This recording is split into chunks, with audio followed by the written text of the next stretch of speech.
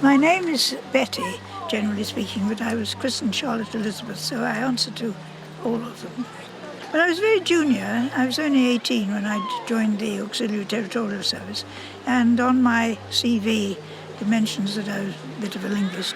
And the interview in London with an intelligence officer, I suppose he was really sort of deciding what sort of person I am. I was asked how I would communicate with Scotland. So I said, well, you would either write a letter, telephone, or go there. And that seemed to satisfy the chap. I don't know why, but he was happy with that. And at the end of the interview, he said, here's a railway warrant, get yourself to Bletchley. Well, I'd not been around very much, being only 18, and I didn't know where Bletchley was or what went on there. No idea at all, absolutely no idea.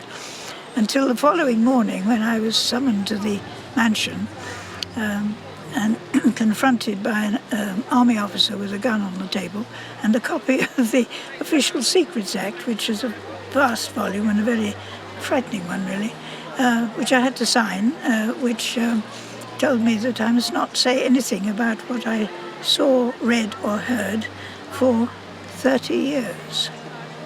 That was pretty frightening because it's something, of course, I hadn't ever experienced before, but I just said to myself, well, Betty, you've told them you won't say anything, so you don't. That's the end of it. I was put into an office in the mansion with Major Tester, who was a very, very clever linguist, having worked on the continent, I believe, before the war.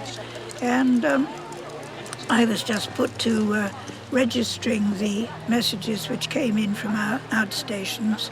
And I learned only a few years ago that what I was handling was what we call traffic, to do with Holocaust.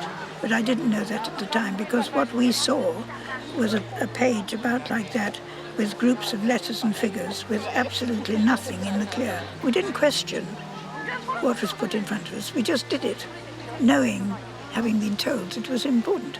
But beyond that, we didn't know the outcome. We knew that we must not talk about our work, and that's the end of it. There were no ifs and buts. I mean, I feel very, very proud of the fact that I was involved and grateful that I was the age that I was, because otherwise I wouldn't have been here. Well, I think particularly the young need to know that it was very, very important towards our survival, because without it, and it was pretty hairy, we might be under a different regime now, and that is important.